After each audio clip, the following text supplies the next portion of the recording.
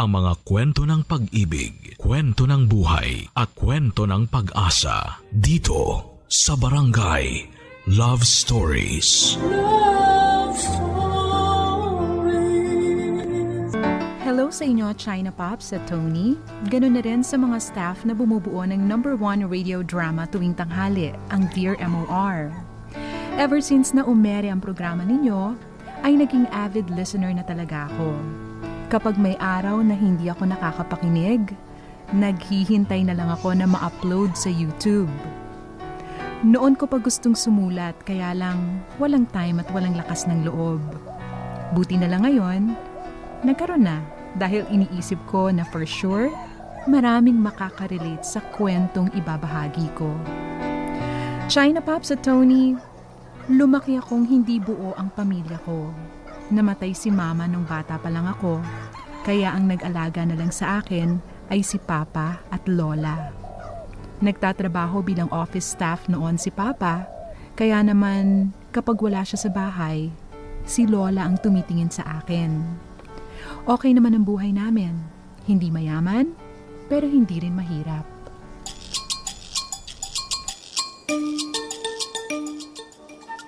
Lola, ang sarap niyo po talagang magluto ng sinigang na baboy. Pwede po kayang magbaon ako nito sa school? Oo naman, Apo. Gusto mo ba bukas? Ihahatid ko na lang para mainit-init pa. Malapit lang naman yung school mo eh. Sige po! Nasaan po pala si Papa? Bakit hindi niya po ako sinabayan sa pagkain? Hindi ko nga alam eh. 12:00 na ng tanghali. Baka tulog pa po. Di ba po kakauwi lang niya kaninang umaga galing trabaho? Sa bagay. Sige na, kumain ka na lang ng kumain dyan at pagkatapos, tulungan mo naman akong maghugas. Opo, Lola. Papa! Kain na po kayo dito. Akala ko tulog ka pa kaya hindi na kita ginising. Umupo ka na dyan. Ipaghahain lang kita, ha? Papa, saan po kayo pupunta? May trabaho po kayo ulit? Oo nga anak, wala ka pang matinong pahinga. May pag-uusapan kaming business ni Henry. Business? Dito nga sa trabaho mo, halos hindi mo na mabigyan ng oras yung anak mo. Kukuha ka pa ng isang pagkakaabalahan, ni halos wala ka ng pahinga. Okay lang po ako, ma. Tsaka dagdag kita rin to sa negosyo. Ay nako, masyado mong pinapatay ang sarili mo sa pagtatrabaho. Kung nandito lang sana si Marisa, di sana rin eh. May katuwang ka sa pagtataguyod kay Lucy. Hayaan niyo na po, Lola at Papa. Mag-aaral na lang po ako mabuti para makakuha ko ng magandang trabaho. Kapag nagawa ko po yun, hindi na po kailangan magtrabaho ni Papa. Ay nako, anak. Bago mo isipin ang trabaho, magtapos ka muna sa pag-aaral. Gusto ko. Wala kang bagsak at matataas ang mga grades mo. Hindi puro paglalaro ang ginagawa mo. Nag-aaral naman po ako ng mabuti. Di ba, Lola? Oo, Apo. Hayaan mo na ang papa mo. Parang hindi mo naman kilala yan eh. Mauna na ako, ma. 1:30 dapat nandun na ako eh. Ay, sandali. Huwag ka na munang umalis. Kumakain pa yung anak mo eh. Tapos, Hindi mo ba alam na bawal umalis ng bahay habang may kumakain sa lamesa? Ha? Ano pong mangyayari, Lola? Hindi ka makakapag-asawa, Lucy. ma naman, ang bata-bata pa ni Lucy para sa mga ganyang pamahiin ninyo. Basta. Maniwala kayong dalawa sa akin. Iikot mo na lang yung plato ni Lucy bago ka umalis. Bilisan mo. Opo, sige. O, ayan na po, ma. Iniikot ko na. Pwede na po ba akong umalis? Oo, pwede na. Mag-iingat ka sa daan, ha? Opo. Lucy, ikaw na bahala sa lola mo. Opo, Papa. Alis na ako. Bakit may pusang itim dito sa labas ng bahay? Hindi ko rin po alam pa eh. Kanina pa po nakatambay yan dyan. Tinawiran ba yung dadaanan mo? Siguro. Pagbukas ko ng pintuan, munti ko na nga mabangga kaso biglang tumakbo, tumalon sa kabilang bakod. Ay, Diyos ko. Tinawiran ka nga. Hala, pumasok ka dito sa bahay at hindi ka na pwedeng umalis. Ano naman pamahiin yun, ma? Kapag may tumawid na pusa sa dadaanan mo, may mangyayari sa iyong masama kapag umalis ka pa. Kaya bawal kang lumabas ng bahay. Magpautos ka na lang sa ibang kasamahan mo. Pasok sa loob. Si Lola talaga oh. Ano naman pong kinalaman ng pusa? Hayop naman po yan. Wala naman po yang alam sa ganong bagay eh. Ay, basta. Sumunod na lang kayo sa mga sinasabi ko. Alis na po ako, ma. Malilate na ako eh. Ang tigas talaga ng ulo ng papa mong yan. Hindi na marunong sumunod sa akin. Kaya ikaw, Lucy, ha? Huwag kang gagaya sa papa mong matigas ang ulo at hindi nagpapaniwala sa mga pamahiin.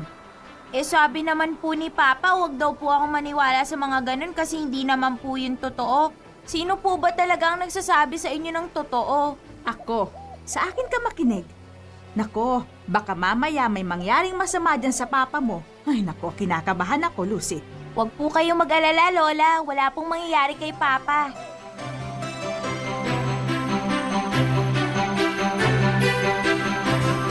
China Pops at Tony, that day ay naaksidente si Papa. Nasagasaan siya at napailalim sa kotse. Yun ang dahilan kung bakit nabaldado ang kaliwa niyang paa. Sa tulong ng mga pinsan ni Papa at sa sweldong nakukuha ni Lola bilang teacher sa isang public school, hindi ko naranasan ang maghirap. Doon ko rin na-realize na tama pala ang mga pamahiin. Kaya simula noon, lahat ng pinapaniwalaan ni Lola ay pinaniwalaan ko na rin. Years after, iniwan din ako ni Papa dahil sa atake sa puso. Kaya napunta ako sa pangangalaga ni Lola. Hanggang sa nakapagtapos na ako sa pag-aaral at nagkaroon ng boyfriend, si Carl. Tumagal ng 3 taon ang relasyon namin at doon ko naranasan ang maging sobrang kontento sa buhay.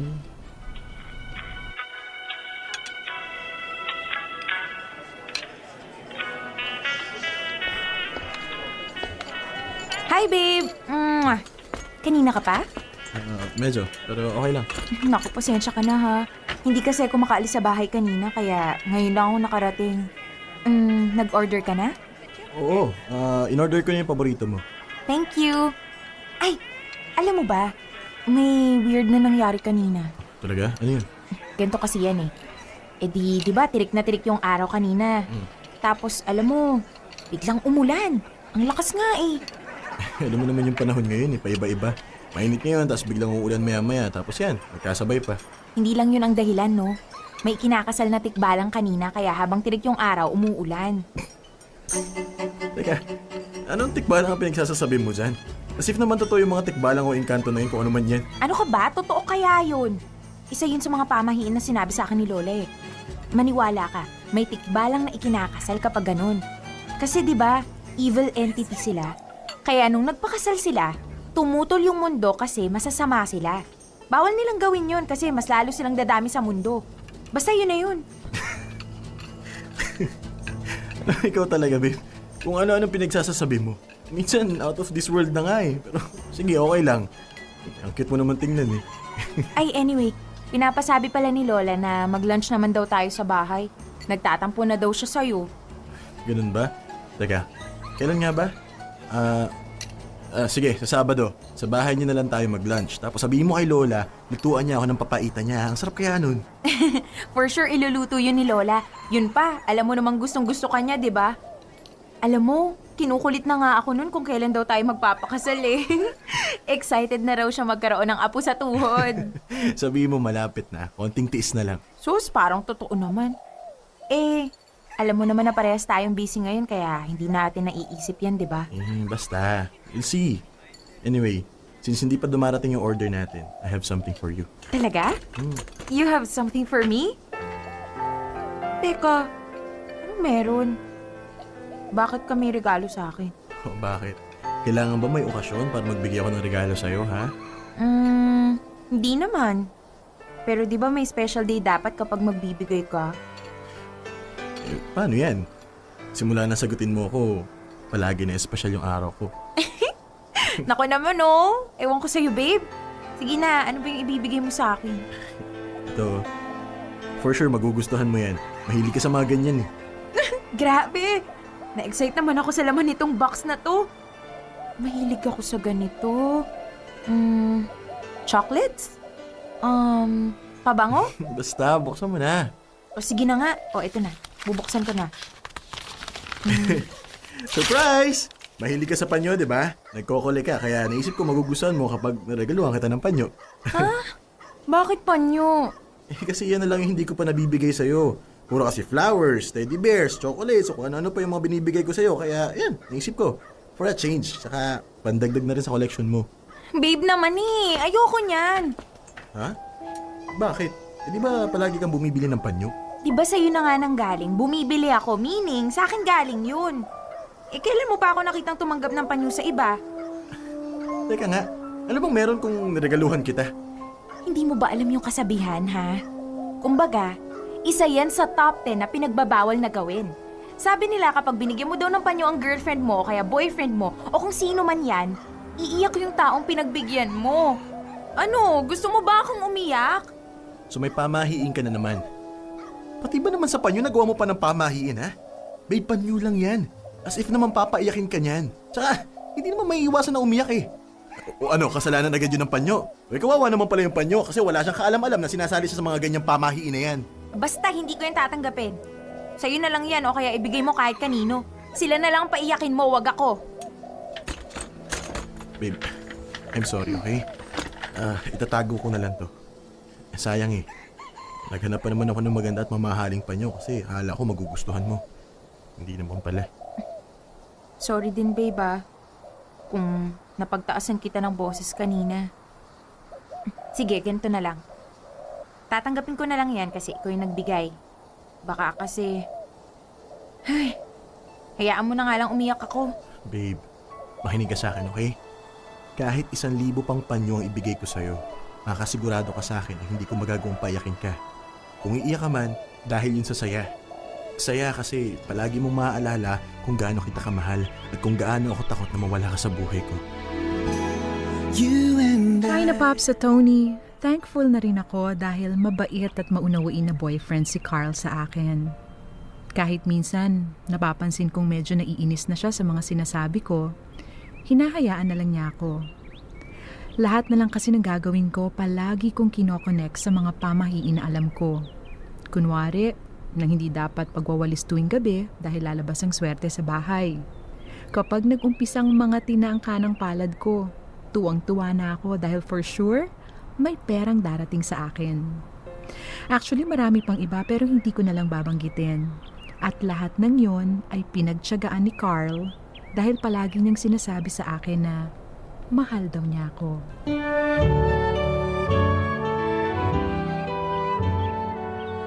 Ano pa ba ang ginagawa ng batang yun at ang tagal magbihis? Okay lang pula, sanay po ako dyan kay Lucy. Parang pagong po kung kumilos eh. Ay nako, sinabi mo pa. I'm here! Ikaw talaga, Lucy. Palagi mo nalang pinaghihintay tong si Carl. Hindi ka na nahiya. Kanina pang nakaupo yan dito. Okay lang po yan, Lola. O kayong dalawa, ha? Mag-iingat kayo sa daan, ha? Alam nyo na ang panahon ngayon. Maraming umaaligid na masasamang loob dyan, kaya magdoble ingat. Eh baka mamaya, madali kayo. Opo, Lola. Salamat po ha. Iuwi ko po si Lucy bago mag-alas-10 ng gabi. Naku, iho. Kahit hindi mo na iuwi yan dito sa bahay, okay lang sa akin. Matutuwa pa nga ako kung sa simbahan mo siya idederecho. Eh, atat na ako magkaapo ulit eh. Lola! Ano po ba yung pinagsasabi ninyo? Abay, bakit? Anong masama naman sa sinabi ko? Doon din naman ang bagsak niyong dalawa, di ba? Hindi ko naman kasi maiintindihan kung bakit hindi pa kayo magpakasal. Okay naman na ang buhay ninyong dalawa. Eh Lola, yun nga po yung sinasabi ko kay Lucy. Kaso, siya naman po itong may ayaw. Sus, nagpapakipot lang yan, Carl. Apo, kung ako ang inaalala mo, ay huwag mo na akong isipin. Mas malakas pa ang katawan ko sa kalabaw. Kayang-kaya ko pang mag-alaga. Sige na po, Lola. Let's go. Saan nga ulit tayo magdi-dinner? Basta, magugustuhan mo doon. Sigurado ako. Nung isang araw pa ako nagpa-reserve sa kanila eh. Maganda kasi yung review ng restaurant na yun eh. Wow naman. Parang na-excite naman ako sa kakainan natin. Halika na nga.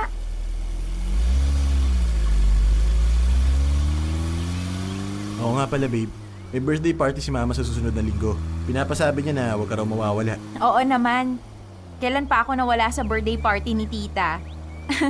Eh di, kailangan ko na palang bumili ng regalo. Oh, sige, sasamahan kita Stop! Bakit? Teka, ano nangyari? May nasagasaan ba ako ha? Ang sakit ng leeg ko eh. Ano ba kasi nakita mo at bigla mong pinatigil yung sasakyan? May nakita kasi akong tumawid na itim na pusa kaya pinatigil ko kaagad yung sasakyan. Nasagasaan ko ba? Hindi. Dumaan lang muna siya tapos saka ka dumaan. O hindi ko naman pala nasagasaan eh. Ba't bigla kang sumigaw ng stop? Kasi bawal na tayong umalis ngayon. Ha? Teka, ano na namang meron ha? Number 1 yan sa pamahiin ng matatanda. Bawal umalis kapag may dumaan na itim na pusa. Mamalasin tayo o kaya baka maaksidente tayong dalawa. Ay, Diyos ko po naman, Lucy. Ito na naman ba tayo ha? Pamahiin na naman. Babe, maniwala ka sa akin. Totoo yung sinasabi ko. Nangyari nga to kay Papa eh. Umalis siya kahit may dumaan na pusa, kaya ayun, nasagasaan siya ng sasakyan kaya nabaldado yung kaliwang binti niya. Eh, hindi kasalanan ng pusa yun. Dinamay mo pa yung walang kaalam-alam na hayop. Eh, kaya nasagasaan yung papa mo dahil lasing yung driver, yun ang dahilan. Oo nga, yun nga yung pinakadahilan. Pero yung pamahiin, nagsisilbi silang warning sa atin, okay? Wala namang masama kung susundin natin, di ba? Kaya hindi na tayo aalis ngayon. Ano? Teka, paano yung reservation natin sa restaurant, ha? Ang hirap-hirap makakuha ng upuan doon, tapos hindi tayo tutuloy dahil sa tumawid na itim na pusa, ha? Ano ba? Mahal ko pa yung buhay ko, no? Yung reservation na yan, pwedeng ulitin next time. Pero yung buhay natin, isa lang to. Kaya, iuwi mo na ako ngayon sa bahay. Ayoko pang mamatay, no? Babe, hindi totoo ang pamahiin, okay? O sige, granted na nangyari yun sa papa mo, pero once lang naman nangyari yun eh. Alam mo, dahil simula sa araw na yun, nalaman ko na totoo talaga yung mga pamahiin. Kaya all my life, sumusunod lang ako. Kaya, ibalik mo na ako ngayon sa bahay. Ipagluluto na lang kita. Tumuloy na tayo kasi... Ibalik mo na ako sa bahay ngayon na. Kung ayaw mo maniwala sa akin, edi hindi kita pipilitin. Kung gusto mong tumuloy, di mag-isa ka na lang. Dahil kahit itali mo pa ako dun sa upuan na yon, hindi ako papayag na aalis ako ngayong araw na to. Fine! Ito, iuwi na kita. Alam mo, yan ang hirap sa'yo, Lucy. Sa mga pamahiin umiikot yung mundo mo. Hindi ba pwede mag-enjoy ka muna, ha? Hindi yung lahat nakasunod sa pamahiin mo, wala namang basehan. Hindi naman kita pinipilit na maniwala sa akin. Ito yung kinagawian ko. Ito yung naging takbo ng buhay ko. Kung hindi mo kayang tanggapin, bahala ka. Basta ako, ito yung paniniwala ko. Tapos ang usapan. At haya na nga, China Pops at Tony, first major away namin ni Carl. At ang dahilan, ang itim na pusa. Actually, doon ko lang siya unang nakitang nainis dahil sa mga sinasabi ko. Dati naman kasi sumusunod na lang siya sa akin, pero that time, napuno na siguro siya. Pero kung iniisip nyo na magbabago ako, diyan kayo nagkakamali.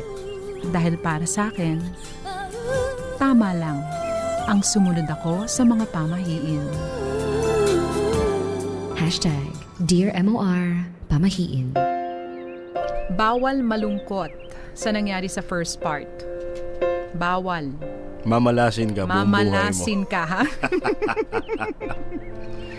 Pwede Yan bang, na nga ba? pwede bang bunutan ko ng kilay si Lucy? Sino si Lucy? Wag, kukunti lang eh. Huwag mo nang bawasan. Grabe ka, Lucy. Ang tindi. Pero alam mo, hindi rin naman natin masisisi si Lucy dahil May trahedya nga nangyari sa kanya. At saka lumaki kasi siya na pinaniwala ng kanyang lola. Sa pamahiin. Tapos yun nga, yung tragedy na nangyari doon sa tatay niya. Na nagkataon. Oo.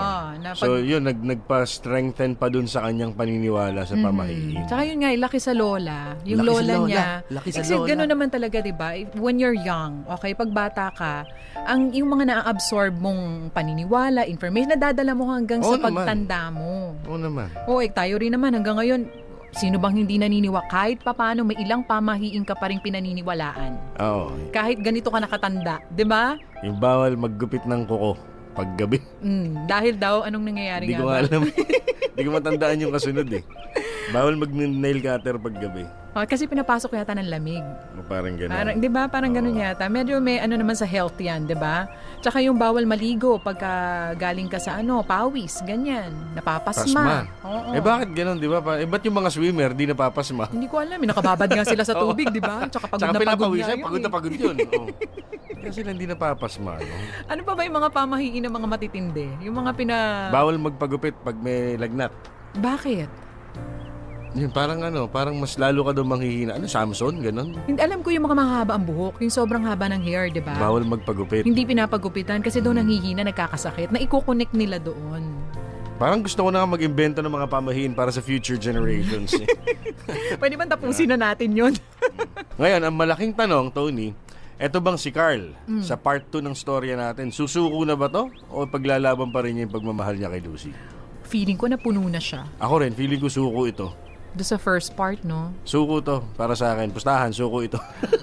Pero sabi nga nila, di ba? Love will find a way. Well, tingnan natin, alamin natin yan.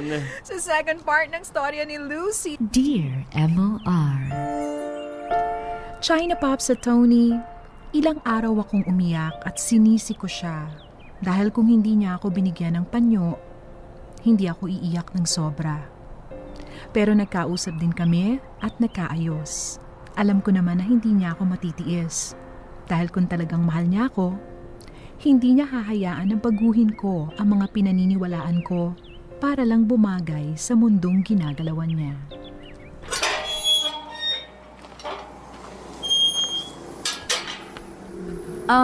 Babe, kailangan pala natin dumaan ng department store mamaya para makabili ko ng regalo para kay tita. Nakakahiya naman kung pupunta lang ako sa party niya na wala naman akong dala. Oo, sige. Uy, teka, ano ba yung hinahanap mo sa gilid-gilid? At saka tumitingin ka pa sa ilalim ng kotse mo. Sinecheck ko lang kung may itim na pusa. Baka kasi may bigla na naman dumaan, di tayo matuloy ulit. Pero, clear naman. Mukha namang safe tayo. Alam mo, sa ginagawa mo, nahihiya na tuloy ako. Halika na nga. Baka may dumaan pang pusa eh. Sige ka. Ready ka na? Babe, gusto ko sana mag-sorry ulit sa'yo tungkol dun sa nangyari nung isang araw. Saka ko lang na-realize na ang babaw pala ng pinag-awayan natin eh. Para tayong mga bata. Wala yun. Ako nga dapat mag-sorry sa'yo kasi hindi kita inintindi. Dapat respeto ko yung mga paniniwala mo kahit na minsan medyo out of this world na. Alam mo naman kasi yung nangyari sa akin, di ba? Alam mo naman ang dahilan kung bakit mas lalo akong naniwala sa mga pamahiin na yan. Okay lang. Mahal kita kaya kung anong pinapaniwalaan mo, sige. Susubukan ko maniwala na rin. Ayoko naman magsabi ng tapos pero susubukan ko talaga. Thanks, babe. Tama talaga si Lola. Hindi ako nagkamali sa pagpili sa'yo. So, let's go? Teka, ako naman ang may sasabihin sa'yo. Ano yun? I love you. Sus, yun lang pala eh. I love you too. Will you marry me? Ha? Ano yung tanong mo? Tinatanong kita kung gusto mo ba akong pakasalan. Will you marry me, babe? Sandali lang. Wala man lang bang speech muna? Ginulat mo ako sa tanong mo eh. Para malaman ko kung pag-iisipan mo pa ba o hindi niya. Ano ka ba? Siyempre, oo yung sagot ko, pero di ba dapat sa mga proposal na ganito may speech yung lalaki? Yung tipong maluluha yung babae sa sobrang sweet nung lalaki. Ikaw kasi tanong agad. Sige, speech baka mo. Sige.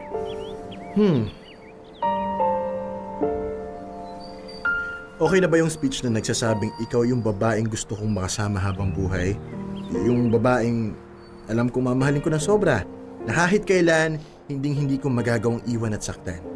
Kasi, kapag ginawa ko yun, parang sinaktan ko na rin yung sarili ko dahil simulat sa pool pa lang, kung ano yung tinitibok ng puso mo, yun na rin ang tinitibok ng puso ko. Grabe namang speech yun, baby. Ang lalim. Hindi pa ako handa sa lagay na yan, ha? Ano sinabi ko sa'yo dati? Iiyak ka lang sa saya. Siguro naman, napatunayan ko na yun ngayong araw. Hindi ko hahayaan na yung luhang lalabas sa mga mata mo ay dahil sa sakit. Babe, alam mo naman kung gaano kita kamahal, di ba? Hindi ko hahayaan na maging malungkot ka. Sana magmula sa araw na to, hayaan mo kong pasayahin ka araw-araw. So, Lucy, will you marry me? Yes. Of course, yes. Ikaw talaga. Wait, meron pang isa.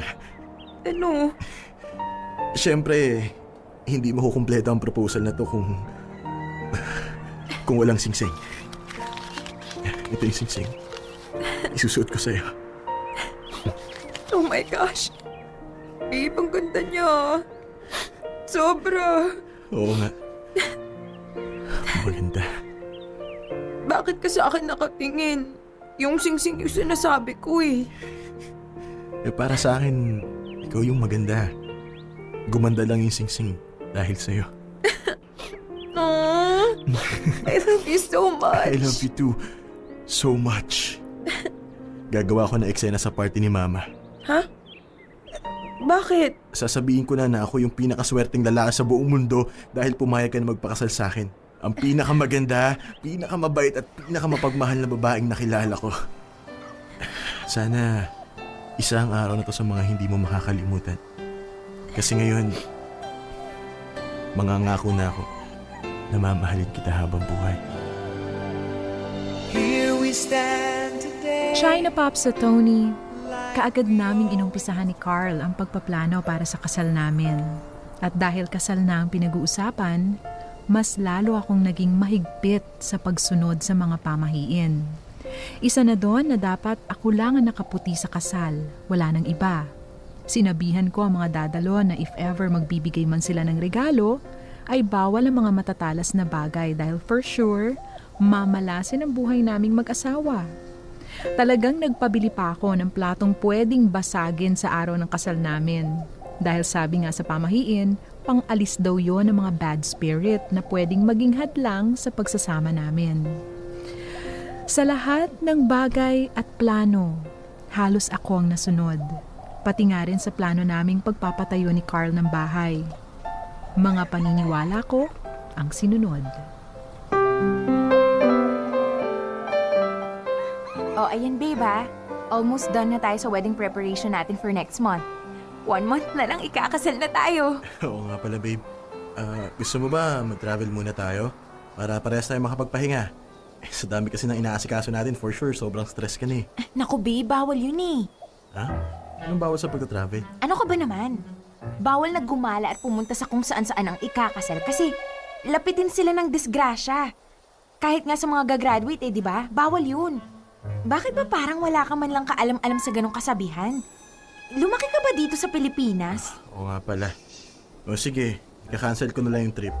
Teka, kailan yung last fitting ng gown mo? Para hindi ka magka-problema sa kasal natin.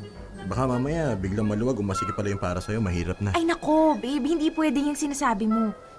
Ang sabi kasi ng mga matatanda, bawal isukat ang wedding gown bago ikasal kasi hindi matutuloy ang lahat. O, paano kung hindi sakto sa'yo? Mag-aalboruto ka sa kasal natin dahil sa wedding gown mo. Di ba mas lalong nasira ang lahat? Ay nako, basta. Hindi pwede, babe. Huwag mo na lang ako pilitin kasi diskarte ko na to, okay? Sumunod ka na lang dahil talagang maraming bawal kapag ikakasal. Mas safe, less hassle, okay? Okay. Teka, may kumakatok. Buksan ko lang ha.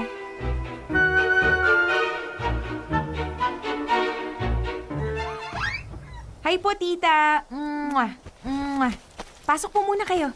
Salamat, Iha. Ma, ano pong ginagawa niyo dito? May pinuntahan kasi ako na malapit dito kaya naisipan kong tumaan na rin. Lucy, anak, nasaan ang lola mo? Para makapaghahiman lang ako. Ay, umalis po, tita eh. May pinuntahan po sila ng pinsan ko mamayang gabi pa po maihahatid. Ganun ba? Sayang naman. Anyway, ayos na bang lahat para sa kasal niyong dalawa? Opo, tita.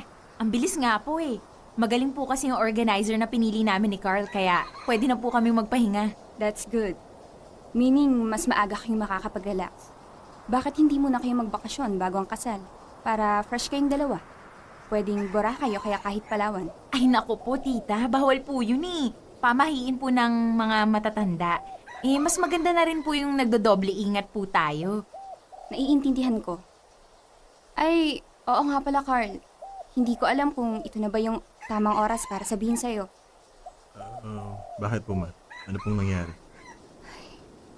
Yung pinsan kong si Aryan, nanganak na kahapon. Talaga po? Kamusta naman po yung kalagayan niya? Ayun, ilang oras lang nabuhay yung bata. May butas ang puso kaya hindi rin nakayanan. Sayang naman. Kailan niyo po yun nalaman? Kanina lang. Kaya nga bukas pupunta ako ng Davao para makiramay. Sinabi kong susubukan mong sumunod kasi ang dami mong ginagawa ngayon. Lucy, okay ka lang? Ano po kasi? Kailangan nating itigil yung kasal. Ha? Bakit? Sige, mauna na ako sa inyo. May pupuntahan pa kasi ako eh. Anong pinagsasasabi mo dyan na itigil yung kasal natin, ha? Ang bilis naman magbago ng isip mo. Ayaw mo na ba akong pakasalan, ha? Hindi yon. Sukob yung mangyayari kapag nagpakasal tayo next month. Hindi mo ba alam yun? Alam ko yun, Lucy. Pero di ba sa magkapatid lang yun? Bawat ikasal na magkasunod sa isang taon dahil sukob. Hindi lang dun umiikot yung pamahiin. Bawal kang ikasal sa loob ng isang taon kapag may namatay kang kamag-anak. O ayan, di ba namatayan kayo? Malas yun, Carl. Habang buhay tayo mamalasin eh. Sukob sa patay yun. Teka, ano yung ginagawa mo? Akin na nga yung phone mo. Kinukonta ko yung organizer para i-cancel ang lahat. Hindi tayo pwedeng magpakasal. Ano ba, Lucy? Ito na naman ba tayo, ha? Hindi naman totoo yung mga sinasabi mo eh. Ako mismo magpapatunay niyan. Namatayan din kami dati, pero nagpakasal pa rin yung pinsan ko. Ayun! Hanggang ngayon, masaya pa rin sila. Wala akong pakialam dyan sa pinsan mo. Hindi porket hindi nangyari sa kanila, hindi rin mangyayari sa atin. Kung gusto mong malasin habang buhay, sige! Magpakasal ka mag-isa. Basta ako, hindi ko itutuloy ang lahat. Lucy! Be realistic naman, oh. Saka next month na yung kasal natin. Nakapagbigay na tayo ng invitations at sigurado yung iba nakapagpatahinan ng mga susuotin nila. Tapos bigla mo ipapakancel? Hindi ka pa nag-iisip, ha? Nag-iingat lang ako, Carl. Palibhasa kasi, hindi ka naniniwala. Wala kang alam sa mga pamahiin na pwedeng mangyari. Hindi ka nga marunong sumunod eh. Kung ayaw mo, huwag mo akong idamay. 2015 na ngayon, Lucy. Wala na tayo sa sinaunang panahon. Hindi ba pwedeng kahit isang beses man lang? Ako naman yung pakinggan mo, ha? Alam mo, parati na lang ikaw eh. Eh di kung ngayon pa lang hindi na tayo nagkakasundo, mas maganda talaga na wag na nating ituloy yung kasal. So ano, tinatakot mo ako? Hindi kita tinatakot, Carl. Ang pinupunto ko lang dito, sinasabi mo na susunod ka sa mga paniniwala pero anong ginagawa mo, ha? Kung ayaw mong maniwala sa akin, eh di wag! Oh! Ito na yung singsing mo! Tapos na tayo! Okay, fine. Tapos kung tapos.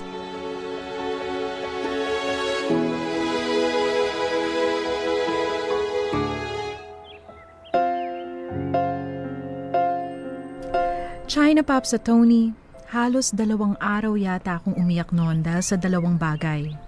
Una, hindi ko in-expect na papayag si Carl na tapusin ang relasyon namin. After 4 years, itatapon lang niya yon basta-basta.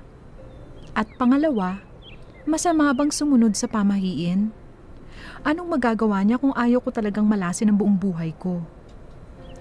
Gustong-gusto ko siyang kausapin noon at makipag-ayos, kaya lang iniisip ko, baka mas lalo lang kaming hindi magkaintindihan. Na imbis na maging maayos, ay mas lalo pang lumala ang sitwasyon.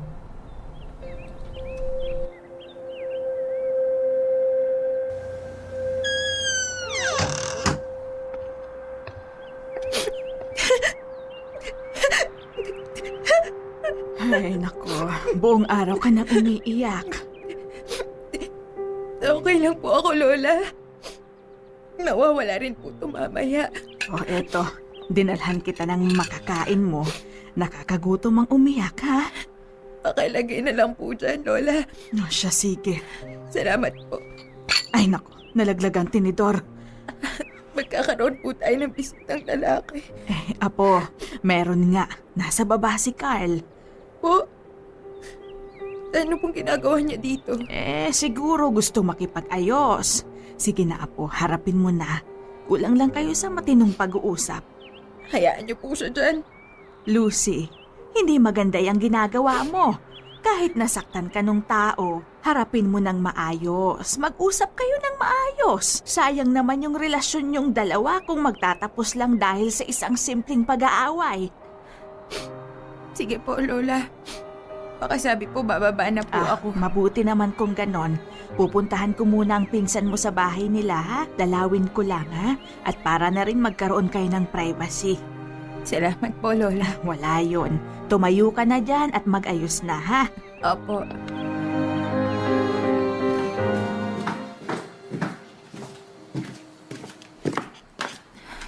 Anong ginagawa mo dito?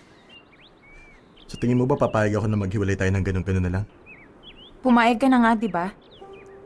I'm sorry. Galit lang ako nun, kaya ako nasabi yun. Pero pagkatapos natin mag-away, bigla ako na-realize na mali yung ginawa ko. Hindi. Ako dapat yung mag-sorry. Ewan ko ba naman kasi sa sarili ko masyado akong OA mag-react. Masyado akong nag-worry na kapag tinuloy natin yung kasal, baka malasin tayong dalawa. Ayoko lang naman kasing sumuway sa mga pamahiin na sinabi sa akin ni Lola eh. I know. At dapat ko rin intindihin yun kasi nga, yun yung nakasanayan mo eh. Medyo nagtampo lang ako kasi parang lahat na lang ng gagawin natin nakadepende sa pamahiin. Hindi naman sa nagre-reklamo ako. Pero yung iba naman kasi dun, wala namang sense, di ba? Yun din nga yung pagkakamali ko eh. Akala ko kasi okay lang sa'yo. Akala ko kaya mo akong sabayan pero hindi ko napapansin nahihirapan ka na pala. Kaya yan tuloy. Naghiwalay tuloy tayo. Ano ba naman, babe? Hindi tayo naghiwalay, okay? Nagkatampuhan lang tayo. Nagkasabay yung galit nating dalawa pero hindi tayo naghiwalay. Oo, sinabi natin. Pero hindi naman natin gusto yun, di ba? Pwede kang harito. Sorry na. Sabi ni Lola, halos buong araw ka rin umiyak. Ikaw kasi... Man, iisipin ko na rin yung nararamdaman mo. Yung mga naiisip mo. Kasi hindi naman tama na parating ako na lang yung masusunod. Ayaw na kasi kitang mawala sa buhay ko kaya iingatan kita. I love you. I love you too. China Pops at Tony, sabi nga nila, lahat ng sobra ay masama. Aminado naman ako na may pagka-OA talaga ako minsan. Pero parati kong sinasabi na buti na lang mahal na mahal ako ni Carl. Dahil kaya niyang itolerate yung mga kabaliwan ko minsan. At ngayong April lang ay natuloy na rin sa wakas ang kasal namin ni Carl. And as usual, hindi nawala ang mga pinaghandaan kong pampaswerte sa buhay may asawa namin. Sana lang ay talagang swertihin kaming dalawa, lalo na ngayon na 1 buwan na akong buntis. Isang malaking blessing na dumating sa buhay namin ng asawa ko. China Pops at Tony, sana ay nagustuhan yung lahat ng kwentong ibinahagi ko sa inyo. Dito ko natatapusin ang liham kong ito. More power and blessings sa MOR 101.9. Lubos na gumagalang, Lucy. Dear MOR, pamahiin.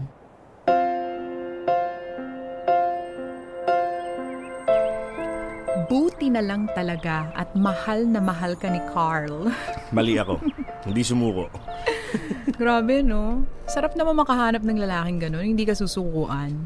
Talaga. Oo. Tsaka yun nga, nagkataon talagang mahal na mahal siya ni Carl at hindi niya pababayaan na dahil lang sa pamahiin, eh, hindi na matutuloy yung kasal nila. Oo. At Tsaka ibang mawawala klase. na. Ibang klase rin talaga. One of a kind yung PC ni Carl. Mhm. Oo. Ikaw, kung ikaw si Carl, Nako. makakatagal ka ba sa ganung sa babaeng katulad ni Lucy? Mga pangatlong pamahiin pa lang siguro na pinamukha sa akin. Iniwan ko na yun eh. Kahit mahal na mahal mo? Ay, hindi. Kunwari, si ilalaban Mrs. China Pops yung mahilig sa pamahiin. Ay, Mag-shota pa lang kayo nun. Oo. O ano, iiwanan mo? mga 50, Subukan mo magkamali na sagot. 50. Nakikinig niyo yun. 50-50. 50% pwede. Oo, May oo. chance, no? Hindi kasi bihira rin kasing lalaki, lalo na kung hindi ka nga masyadong mapagpapaniwalain Talaga. sa mga pamahiin, eh yung masasakyan yung mga ganyang trip. Dahil mag-shota pa lang kayo, ganyan na, eh papaano pa nga naman pag mag-asawa pa kayo? Naku, mas marami pa yan. Baka marami ka pa madiscover tungkol sa bata. Oo. Ganyan, pag nagkaanak na kayo, tungkol sa mga alagang hayop. Oo. Ganyan. Ngayon, Diba? buntis. Oo, Nako, may patay. pamahiin dyan. Alam mo ba, Lucy, wag mo daw sasampalin at hahawakan ng mukha ng hayop. Wala. Dahil kung Bakit? anong hayop yung hinawakan mo, yun daw magiging kamukha ng anak mo. Eh, kung humawak na unggoy. Oh. Meron kaya ako nabasang ganyan, na Eh. pamahiin na ganyan. Huwag ka daw hahawak ng hayop pagka buntis ka. Buntis ka, Lucy, ha? Nako. Mag-ingat ka. Paano kung hinawakan yung mukha ni kumpare? Sa bagay, may pagkahayop. Paglabas ka mukha ni kumpare, patay. Eto na sa Twitter muna unahin natin. Hashtag Dear MOR Pamahiin na sa'yo na mismo nang galing Lucy na ang pamahiin ay sign lang. Ikaw pa rin ang masusunod kung susunod ka. Yun. Sabi naman ni Jason Baldosa, hashtag Dear MOR Pamahiin, happy ending pa rin naman kahit na ang dami ng mga dahilan para maghiwalay sila. Pero sa huli, pagmamahal pa rin ang umiral. So in love. Love will find a way, 'di ba? Si April Dawn Umali naman, hashtag Dear MOR Pamahiin, swerte mo Lucy dahil sa sobrang pagmamahal sa'yo ni Carl, kaya niyang intindihin lahat kahit na ang daming nako-compromise. Yan, ito pa rin si Julius Pabilonia, hashtag Dear MOR Pamahiin, wala naman maling desisyon kaya walang dapat pagsisihan. Nagiging mali lang ang isang bagay kapag di mo ito napanindigan.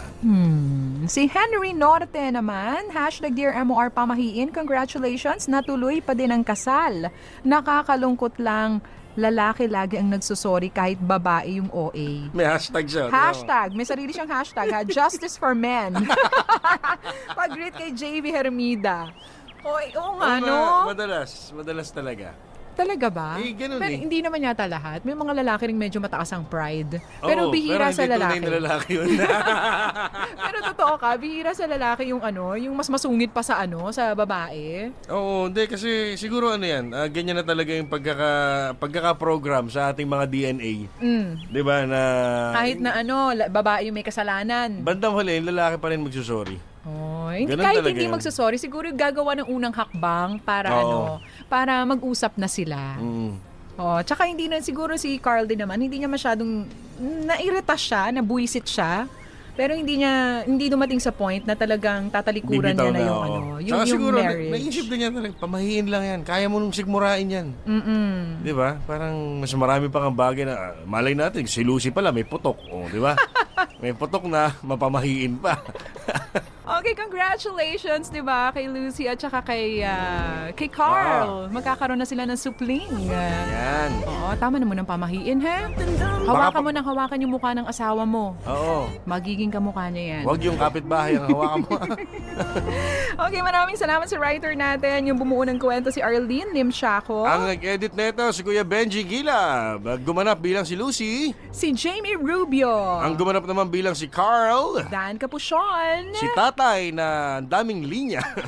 Parang hindi ko masyadong naramdaman si Tatay doon. Sa first part lang. Si Alfred Alain Labatos. At ang lola na si maraming Madeline alam. Abanyo. Eto. Ang maraming alam na lola. Siya pala yun, ha? Ikaw talaga, lola, ha? Okay. Lola, namimiss ko na yung laing mo, lola. Uy! Alright, thank you very Maka-order. much sa lahat ng mga dramatista natin. And until next time, China Pops. Tayo naman, pag walang popoy, alam niyo naman, nandito lang ako sa kabilang kwarto. Pag walang hasmin, di ba? Nandito lang ako. Pero bibihira ito, walang popoy, walang hasmin. Oo nga. Once in a blue moon to. Eto kayo, Susunod na magkita tayo. Malay mo baka bukas. Ito kayong babaeng ito, itong susunod na marinig nila, naniniwala ka sa pamahiin to? Anong pamahiin mo na pinaniniwalaan, Bea? Basta ako yung pamahiin ba tawag doon, yung pagpag. Ano yung pagpag? Bago... galing sa burol, may stopover muna. Oo. Yung mga ibang pamahiin, wala sa akin. Akala ko yan. pag kumakain ka na ng pagpag yun.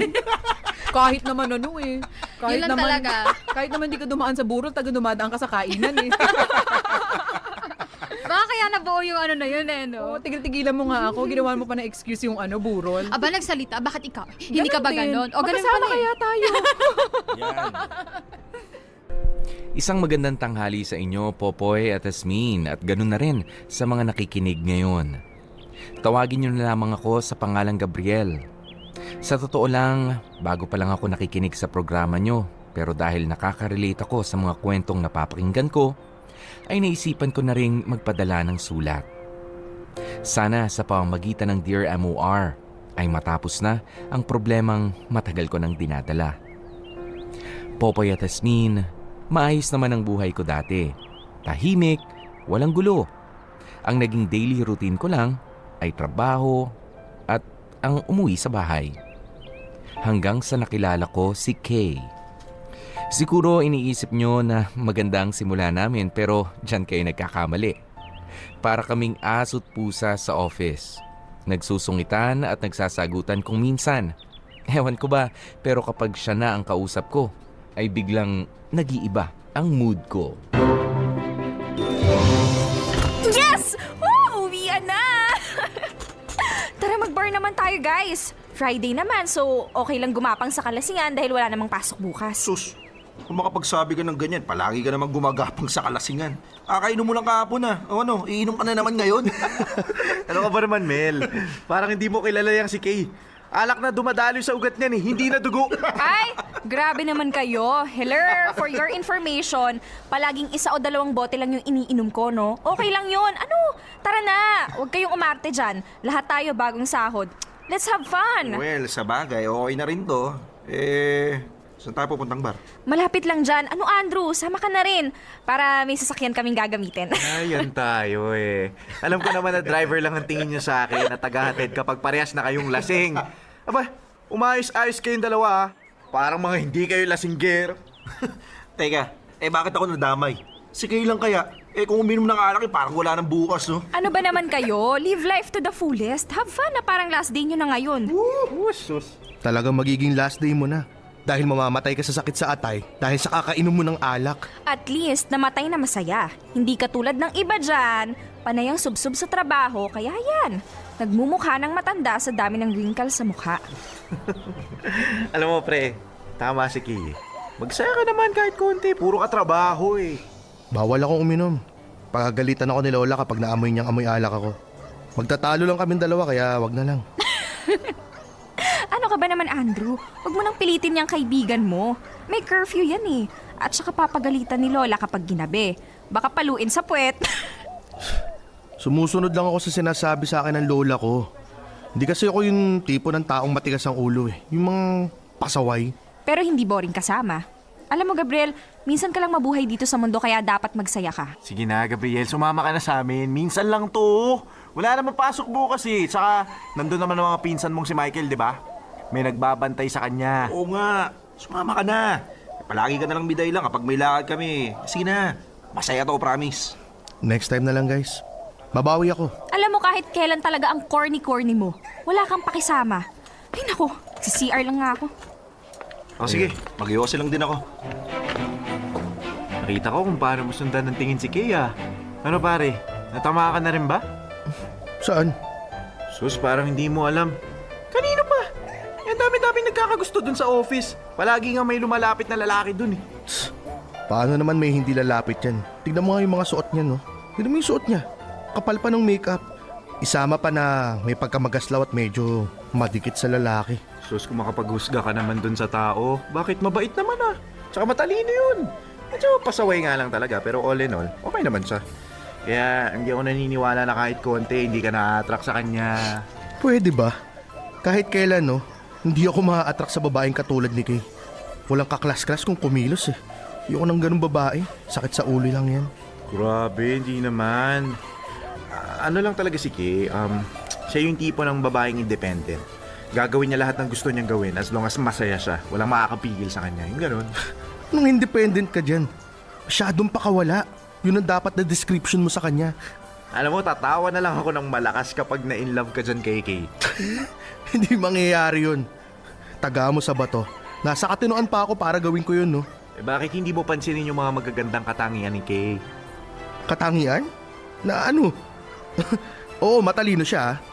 Kapag seryoso, may laban naman. Pero bukod dun, parang wala ni. Lahat ng babae espesyal. Parang there's something about her na hindi mo nakikita kasi naiinis ka sa kanya. Naiinis ka kasi hindi mo maamin sa sarili mo na attracted ka rin naman sa kanya. Pwede ba? Manahimik ka na nga lang. Tumigil ka na sa mga sinasabi mo. Walang kwenta. Popoy at Asmin, ako kasi yung tipo ng taong organisado. Lahat ng bagay dapat naayon sa plano ko. Ayoko ng magulo at ng maingay. Ang gusto ko sa isang babae ay yung mahinhin, mabait at walang bisyo na siyang kabaliktaran ni Kay. Halos magkatabi lang kasi ang desk naming dalawa at naiinis ako kapag nakikita kong magulo yung area niya. Pati kasi ako ay nadidistract.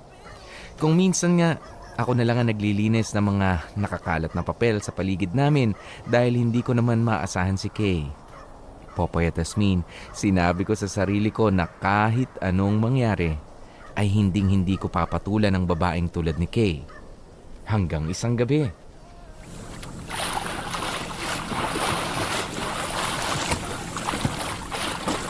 Fine, thank you!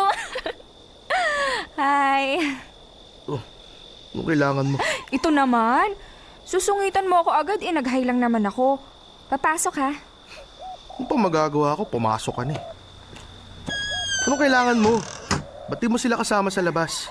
Nabore ako eh. At saka lahat sila doon lasing na. Ang hihina sa inuman. Kaya ikaw na lang muna yung guguluhin ko. Alam mo, lasing ka na. Umuwi ka na nga. Magpahinga ka na. Halika na, ihatid na kita sa kwarto mo. Wow! Concerned siya. For the first time. Ikaw ha? Concerned ka pala sa akin? May pasungit-sungit ka pa dyan? Ay, ano bang pinunta mo dito kasi? Saka, hindi gawain ng isang babaeng pumunta sa kwarto ng lalaki, no? Sus! Masyado ka namang makaluma. Liberated ng mga tao ngayon, no? Anyway, I just want to ask you one question. One little tiny question. O ano? Bilisan mo, inaantok na ako. Hindi ka ba attracted sa akin? Ano? Lasing ka na talaga, Kay. Ihahatid na kita sa kwarto mo. Hindi ako aalis dito hanggat hindi mo sinasagot ang tanong ko. Hindi, okay? Tumigil ka na nga. Wow! Ang bilis ah! Hindi mo man lang ba pinag-isipan yung isasagot mo? At saka bakit ka ba ganyan sa akin? Ang sungit-sungit mo. Pagdating naman sa iba, okay ka naman. Eh bakit pagdating sa akin, ganyan ka? Kasi... Kasi may gusto ka sa akin, no? Di ba ganun yung mga ibang lalaki? Sinusungitan nila yung mga babae kapag hindi nila maamin sa sarili nila na attracted sila dun. So ano? One last question. Attracted ka ba sa akin? Sinagot ko na yung tanong mo. Ba't ba ang kulit mo? Magpahinga ka na nga. Bukas sigurado mahihiya ka sa sarili mo kapag naalala mong ginawa mo to ngayon. At alam mo ba kung bakit pinuntahan din kita ngayon? Kasi may gusto akong aminin sa'yo. Alam mo bang crush kita? Okay, fine. Sige na, lumabas ka na. Alam mo kung bakit? Kasi ang sungit-sungit mo. Hindi umuubra sa'yo yung charm ko. Kapag tinitignan mo ko, parang ako yung pinakamasamang babae sa balat ng lupa. Pero yan din yung dahilan kung bakit kita nagustuhan. Ay, hindi mo na alam yung mga pinagsasabi mo. Sige na, matulog ka na. Alam ko kasi hindi ako lasing. Kaya ang ginagawa ko, inaaway din kita. O, di ba? Para lang tayong mga bata. Ang kailangan mo, tulog. Bangag ka na eh. Kay, ano ba? Ihahatid na kita. Siguro bakla ka. Ano? Anong sinabi mo? Ang sabi ko, siguro bakla ka kaya hindi mo ako magustuhan. Porket hindi ka nagugustuhan, bakla na agad? Hindi ba pwedeng ayoko lang talaga sa'yo? Kung hindi ka bakla, patunayan mo. Halikan mo ako. Pwede ba, Kay? Mag-isip ka nga ng matino. Sa tingin mo ba gawain to ng isang matinong babae? Sorry, hindi ako matino so you have to deal with me. No, I don't. Kaya halika na, ihahatid na kita sa kwarto mo.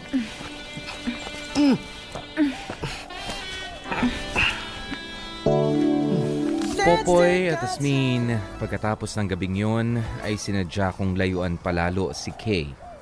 Inisip ko na one night stand lamang yon at kakalimutan ko na lang. Pero ayaw yata kong sundin ang utak ko dahil magmula nang may mangyari sa amin ni Kay, ay hindi na siya nawala pa sa isip ko. Hindi naman ako manhid para hindi umamin na attracted ako sa kanya. Aminado akong maganda si Kay.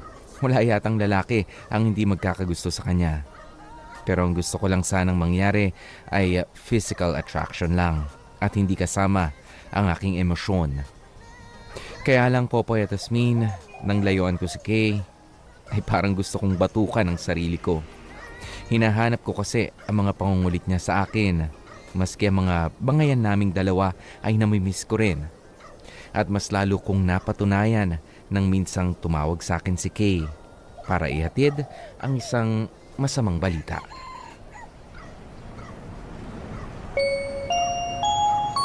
Paging Dr. Ajay Gilab, Dr. Ajay Gilab, please proceed to the emergency room immediately. Pero okay na raw siya, sabi ng doktor. Kailangan lang niya magstay dito ngayong gabi para mas maobserbahan pa siya. Salamat Kay ha. Sige na, pwede ka na umuwi. Gusto ko pang magstay din dito eh. Gusto ko kasing makasiguro na okay na yung lola mo. Pero... Sabi ko, okay lang.